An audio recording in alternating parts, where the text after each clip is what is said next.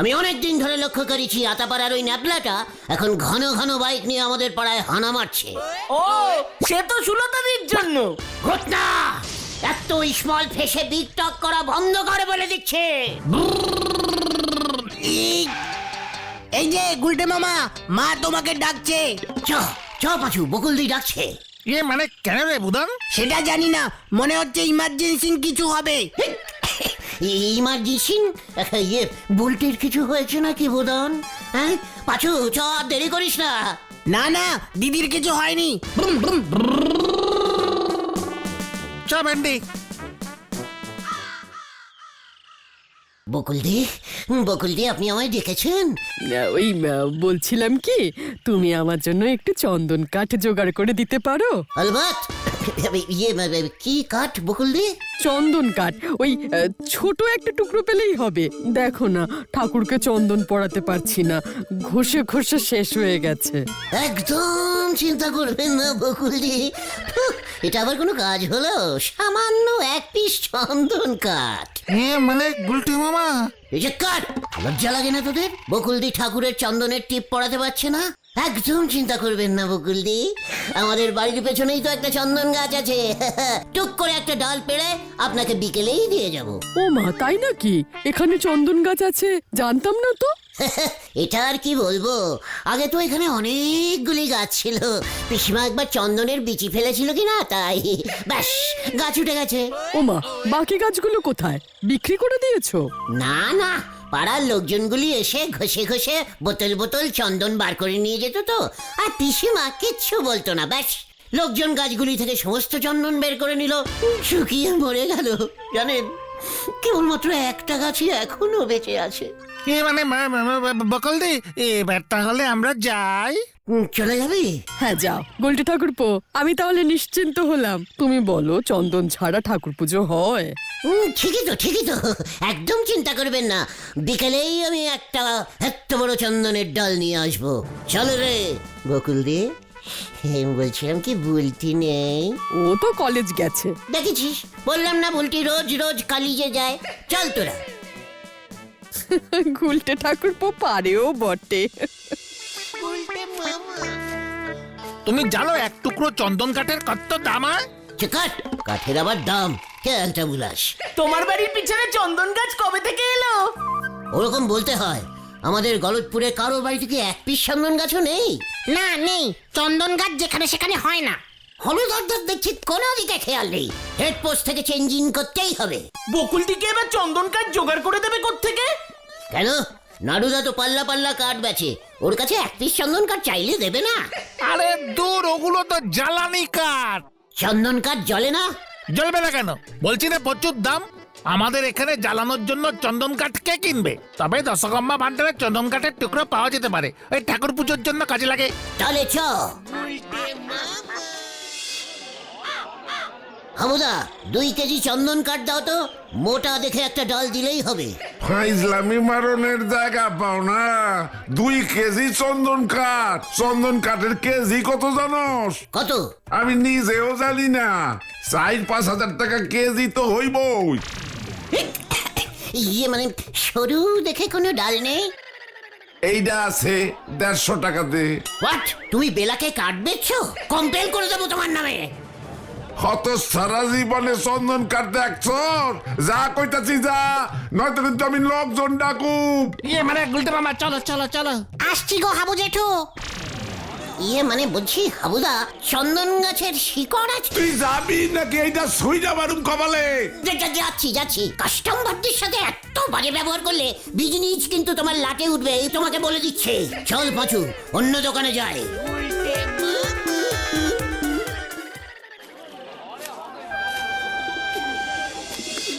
চন্দন কাঠের এত দাম হয়, তোরা আমাকে আগে বলতে পারিসনি? তখন বলবো, বকুল দিকে তো বলে আসলে তোমার নাকি আস্ত গাছ আছে। বোঝো এবার ঠেলা। ইডিয়া ইডিয়া, আবার কি আইডিয়া পেলে? যেখানে আছিবে অনেক গাছ, খুঁজিয়া দেখো আশপাশ, পাইয়া যাইতে পারো চন্দন কাঠ। চালিয়ে আয়। একে একে কোথায় যাচ্ছ গুলটে বাবা? ও গুলটে বাবা,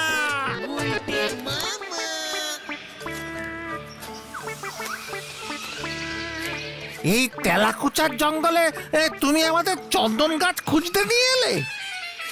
প্রত্যেকটা গাছের বডিতে গিয়ে গন্ধ শোক, চন্দনের গন্ধ পেলেই আমাকে ডাকবি, বুঝেছিস?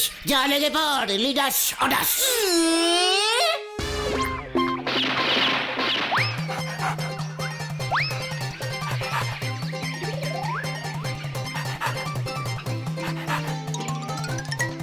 বললাম না এখানে পাওয়া যাবে না। আরো ডিপ জঙ্গলে যাও। আমি যেতে পারবো না। গুলটে মামা, চন্দন গাছে সাপ থাকে কিন্তু।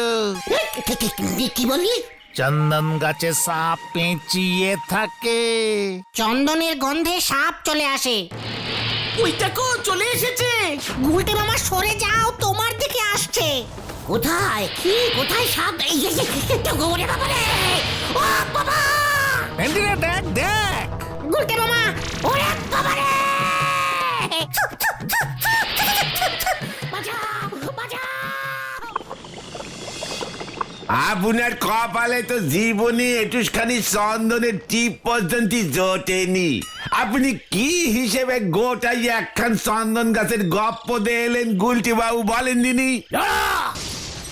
শেষ সামলে টক্কর বলে দিচ্ছি। তুই নিজে জানতি যে চন্দন টেরি এতটা ঘষলি হয়? কস্টলি কস্টলি, দামি দামি। কেন জানবো নে? আমার শ্বশুর মশাইয়ের বাবা মরাটাকে বলে গিয়েছিলেন, আমার শ্বশুর মশাই রে, হরিমন আমি মরে গেলে তাই একখান চন্দন কাঠ দিস। বাপের শেষ ইচ্ছে পূরণের জন্য আমার শ্বশুর মশাই শাশুড়ি মারে এক গাছি সোনার চুরি বেচে একখান চন্দন কাঠ কিনেছিল। সেই শোকে শাশুড়ি মারে হাসপাতালে পর্যন্ত ভর্তি করতে হইয়াছিল। আমি জানবো নে? ওই এক গাছি সোনার চুরি থাকলি পরে আমার বউ সেই চুরি পেত। সেই শোকে আমার বউ তার দাদুর নাম শুনলে এখনো তেলে বেগুনে জ্বলি ওঠে। বলছিস কি চিতায় চন্দন কাঠ? আগে হ্যাঁ, বড় বড় নেতা মন্ত্রীরা বললে ওদের টোটাল চন্দন কাঠ দিয়েই পুরানো হয়। হোয়াট? আমাদের গলতপুর শ্মশানে গেলে পাওয়া যাবে না? সে জোর আমাদের অঞ্চলের কারণ নেই। বাড়ি ঘর বেচে দিতে হবে। এখানে চন্দন কাঠ কে বেচে রে? আমরা হলাম কি আদার ব্যবসায়ী, যাদের খোঁজ দে আমাদের কি না বাঁচে শুনি। রে পাঁচু, হচ্ছিল চন্দন কাঠের কথা, হুট করে আগা টেনে আনলো। আপনার মাথায় এমন শিক্ষিত উদাহরণ ঢোকবে নে। নোরা! মাথা আমার এমনিতেই কিন্তু হট হয়ে আছে। এই শান্তি শান্তি শান্তি, এই শোনো গুলটে মামা, মাথা ঠান্ডা করো, মাথা ঠান্ডা করো তো। বিকালে গিয়ে বকুলদিকে বলে দেবে যে তুমি চন্দন কাঠ জোগাড় করতে পারোনি। না না না না না বলে কোনো ওডেই গুলটের ডিসকোনারিতে নেই। পকেটে তো টাকাও নেই। তো বড় শিল্পীস, তোদের লিডারের এত বড় অপসম্মান তোরা দাঁড়িয়ে দাঁড়িয়ে হজম করছিস। দাঁড়িয়ে দাঁড়িয়ে কোথায়? বসে বসে বসে আছি তো। কর্তা, আমি ওই হলধর বাবুকে ছাড়বো না। পুরসভার হেড হয়েছে, গলতপুরে এক পিস চন্দন গাছ লাগাতে পারেনি। চল আমার সঙ্গে, কামান কামান। কোথায়? পুরসভার অফিসে প্রতিবাদ করতে হবে। পদুর ত্যাগ করিয়ে ছাড়বো ওই হলধর বাবুকে। এখন গে লাভ নেই। কেন? হলধর বাবু মায়ের পিন্ডি দিতে গয়ায় গেছেন, কালকে ফিরবে বলি শুনেছি। ইডিয়া ইডিয়া! আবার কি হলো? আমার মাথায় একটা দারুণ ইডিয়া এসেছে। দেখ এবার চন্দন কাঠ আমি কিভাবে জোগাড় করি। চালিয়ে আয়, হারি বাপ হারি বাপ। আরে আরে আরে আরে, ও গুলটে মামা, এই শোনো শোনো, এই ভিন্ডি ভিন্ডি, চ চ চ। বোঝো ঠেলা, স্যালা কাঠ জোগাড় করবার ক্ষমতা নেই, উনি জোগাড় করবেন চন্দন কাঠ। ঘরে জ্বলে না বাতি, ছেলে পুষবে নাকি হাতি। হরিবুল, আরে তোমার আইডিয়াটা কি বলবে তো? খুব সিরকেট ইডিয়া। শোন, পুরসভা তো এখন বন্ধ আছে, তাহলে হ্যাঁ তো, হলধর বাবু নেই যখন বন্ধই থাকবে। পুরসভার চাবি কার কাছে থাকে রে? কেন বলো তো? এই সুযোগ, এই সুযোগ, এই সুযোগে হলধরদাকে সরিয়ে ছানুদাকে পুরসভার হেডের চেয়ারে বসিয়ে দি। বুলটিদির বাবা পুরসভার হেড হবে? হলধর দাও ঠেঙাবে, ছানু দাও ঠেঙাবে। রেন্ডে, ক্যালটাবুলাসের মতো কথা বলবি না। আমি কি ছানুদাকে সব দিনের জন্য হেড হতে বলবো নাকি? আজ থেকে কাল পর্যন্ত যতক্ষণ না হলধরদা অফিস জয়েন করছে না ততক্ষণ। তাতে তোমার কি লাভ হবে? বকুলদের চন্দন কাঠ দরকার। ছানুদা হেড হয়ে অর্ডার করে দেবে, আস্ত একখানা চন্দন গাছ কিনে গলতপুরে পোতা হবে। হলধরদা এসে উদ্বোধন করে দেবে গাছটার। বাবা বা দারুণ বুদ্ধি, দারুণ। ঘন্টার দারুণ বুদ্ধি। হোয়াট ঘন্টা? প্রথম কথা, পুরসভার এমন টেম্পোরারি হেড বদলের নিয়ম নেই, তাও মেন হেডকে না জানিয়ে। দ্বিতীয় কথা, অমন আস্ত একটা চন্দন গাছ কিনবে কোথা থেকে? আচ্ছা, আজ তো চন্দন গাছ এনে পুঁতলে হবে। সেটা পরের কথা। চন্দন গাছের জঙ্গল কোথায় আছে জানো? কোথায়? কোথায়? লাটুপুর। সেখানে বিশাল চন্দন গাছের জঙ্গল। গভর্নমেন্ট চাইলে সব জঙ্গল থেকে গাছ নিয়ে চলে আসবে লরি করে। জঙ্গলের মালিক গভর্নমেন্ট হয়, বুঝলি? আরে না না, লাটুপুরের জঙ্গলে কে থাকে জানো? ওই জঙ্গল কার আন্ডারে? কার? বিখ্যাত চন্দন দস্যু ঢিলাপ্পন। ঢিলাপ্পন, ঢিলাপ্পন। হোয়াট? ঢিলা ঢিলা ঢিলাপন? মারাত্মক দস্যু। চন্দন গাছের চোরাচালান করে, গাছ কেটে বিদেশে বিক্রি করে। একবার ও যদি তোমাকে ধরে ফেলে না, পুরো ঘচাং ফু নাক কেটে ছেড়ে দেবে। এর জন্যই তাহলে হলদর বাবু আমাদের গলতপুরে চন্দন গাছ লাগায়নি। ওই টিলাপ্পন তাহলে এখানেও চলে আসবে। মানে ওই ঢিলাপন একটা চন্দন গাছও দেবে না?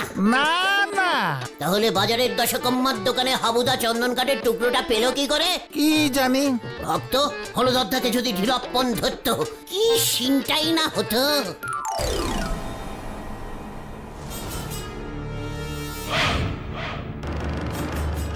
একই আমাকে ছেড়ে দিজিয়ে।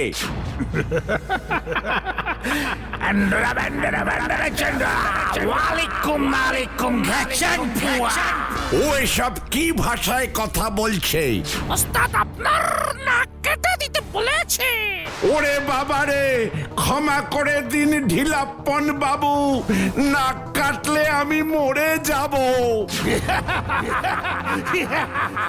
হো, হো, হো, হো, হো। কে? কি গা গুলটে মামা, হাসছো কেন? পেয়ে গেছি চন্দন কাঠ পেয়ে গেছি। বাবা, মাথাটা মনে হয় পুরোটাই গেছে রে।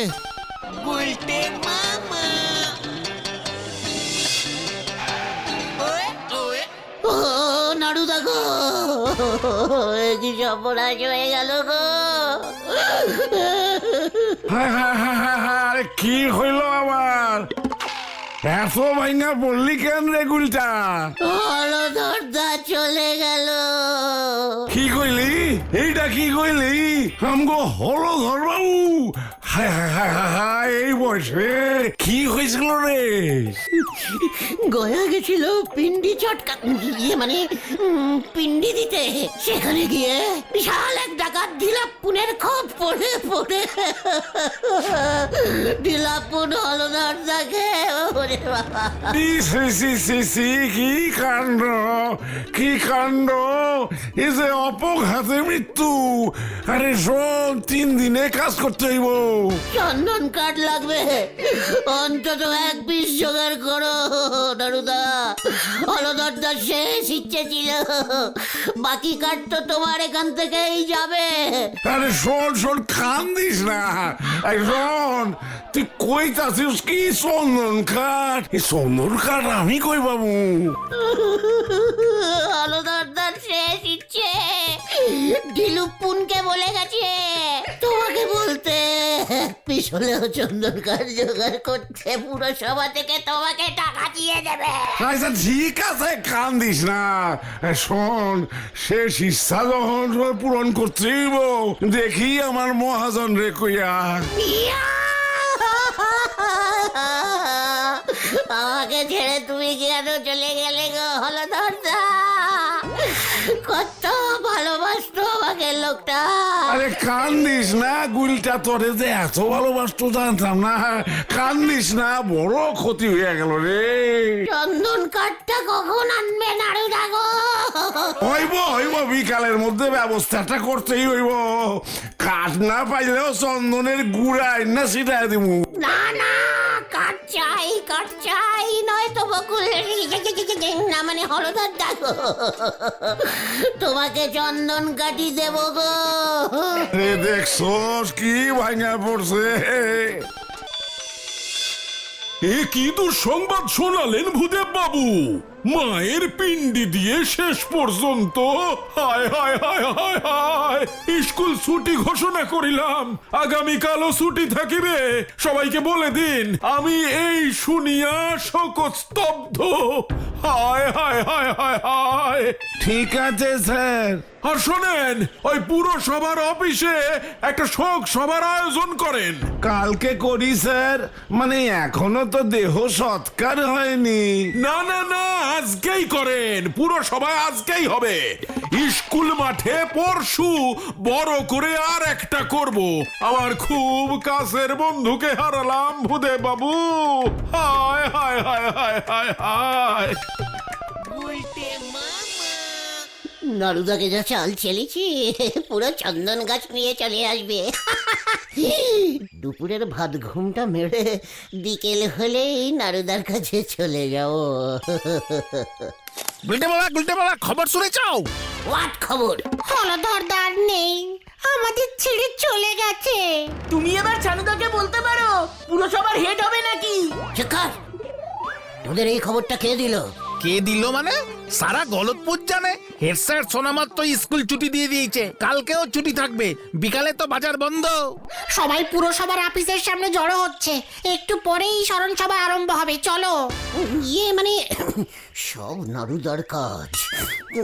ইয়ে না না মানে বলছি তোরা যা, আমিও না খুব ভেঙে পড়লাম রে। যা। মানে কথা, হলধর বাবু যে ভাবে আমাদের ছেড়ে চলে যাবেন, মানে কথা ভাবাই যায়নি।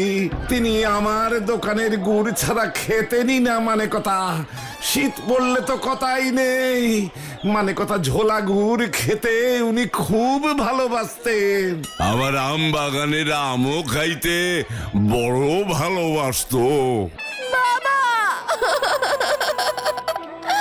তুমি কোথায় চলে গেলে গো?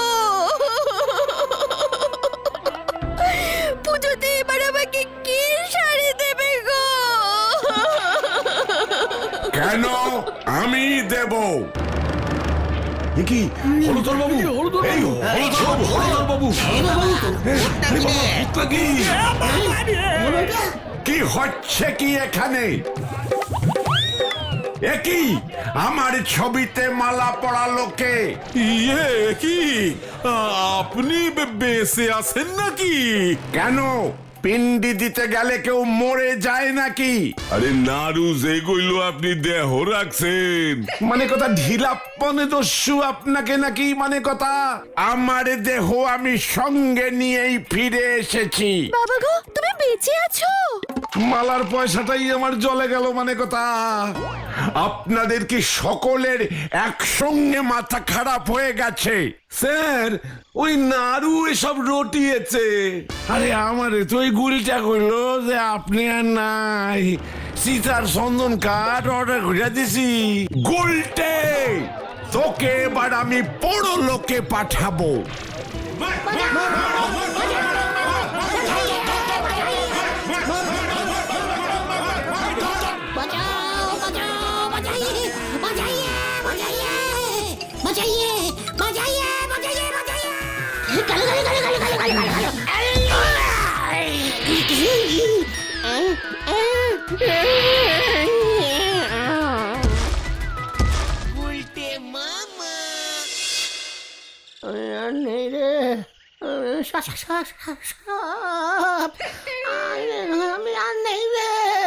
জ্ঞান ফিরেছে।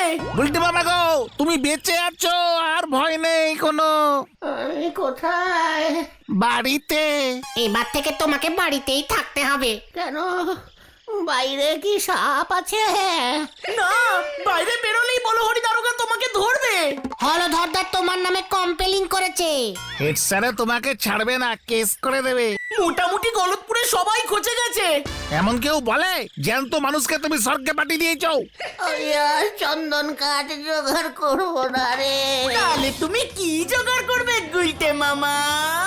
গোবর গুলটে মামা কি জয়! ও বাবা গো